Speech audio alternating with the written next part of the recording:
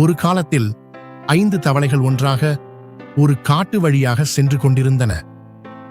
அவை மகிழ்ச்சியாக துள்ளிக்கொண்டு போய்க் கொண்டிருந்த போது திடீரென்று அதில் 3 தவளைகள் ஒரு பெரிய ஆழமான குழிக்குள் விழுந்துவிட்டன. குழிக்குள் விழுந்த அந்த 3 தவளைகளும் வெளியே வர மிகவும் முயற்சி செய்ய ஆரம்பித்தன. அவை மீண்டும் மீண்டும் மேலே ஏற முயன்றன. ஆனால் அந்த குழி மிகவும் ஆழமாக இருந்தது. மேலே நின்றிருந்த 2 தவளைகள் கீழே பார்த்து சொன்னன, இனி உங்களால் இந்த குழியிலிருந்து வெளியே வர முடியாது. இந்த குழி மிகவும் பெரியது. நீங்கள் முயற்சி செய்வது எல்லாம் வீண்தான். இந்த வார்த்தைகளை கேட்டதும் குழிக்குள் இருந்த ஒரு தவளை மனம் உடைந்து போனது. அவர்கள் சொல்வது சரிதான், இவ்வளவு பெரிய குழியிலிருந்து நம்மால் வெளியே வர முடியாது என்று நினைத்தது.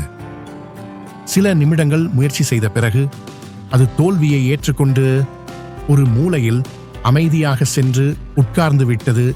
ஆனால் மீதமிருந்த 2 தவளைகள் இன்னும் முயற்சி செய்து கொண்டிருந்தன. அதை பார்த்த மேலே இருந்த தவளைகள் மீண்டும் கத்தின, ஏன் இன்னும் முயற்சி செய்கிறீர்கள்? உங்களால் வெளியே வர முடியாது. இனி உங்கள் வாழ்க்கை முழுவதும் இந்த குழிக்குள்ளேயேதான் இருக்க வேண்டியிருக்கும். இந்த வார்த்தைகள் இன்னொரு தவளையின் மனதையும் உடைத்துவிட்டன. அதுவும் நம்பிக்கையை இழந்து முயற்சியை நிறுத்திவிட்டது. ஆனால் மீதமிருந்த ஒரே ஒரு தவளை மட்டும் தொடர்ந்து முயற்சி செய்து கொண்டே இருந்தது. அது மீண்டும் மீண்டும் குதித்தது, விழுந்தது, மீண்டும் எழுந்தது, மீண்டும் முயற்சி செய்தது. மேலே இருந்த தவளைகள் தொடர்ந்து கத்திக்கொண்டே இருந்தன, உன்னால் முடியாது, முயற்சியை நிறுத்து, நீ ஒருபோதும் வெளியே வர முடியாது. ஆனால் அந்த தவளை எதையும் கவனிக்கவில்லை. அது தொடர்ந்து முயற்சி செய்து கொண்டே இருந்தது. இறுதியில் ஒரு பெரிய துள்ளலுடன் அந்த தவளை குழியிலிருந்து வெளியே வந்துவிட்டது. அனைத்து தவளைகளும் அதிர்ச்சியடைந்தன. இது எப்படி சாத்தியமானது என்று அவை ஆச்சரியப்பட்டன.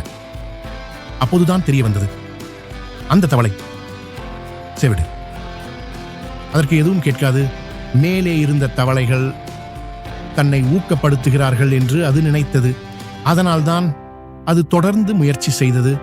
இந்த கதையிலிருந்து நாம் கற்றுக்கொள்ள வேண்டிய பெரிய பாடம் என்னவென்றால், நீங்கள் வாழ்க்கையில் ஏதாவது பெரிய விஷயம் செய்ய முயற்சி செய்தால் உங்களை தடுக்க பலர் வருவார்கள். உன்னால் முடியாது, அது சாத்தியமில்லை, நீ தோல்வி அடைந்து விடுவாய் என்று பலவிதமாக பேசுவார்கள். ஆனால் நீங்கள் உண்மையாக வெற்றி பெற வேண்டுமென்றால் சில நேரங்களில் செவிடாக மாற வேண்டும். மக்களின் எதிர்மறை வார்த்தைகளை உங்கள் மனதிற்குள் அனுமதிக்காதீர்கள்.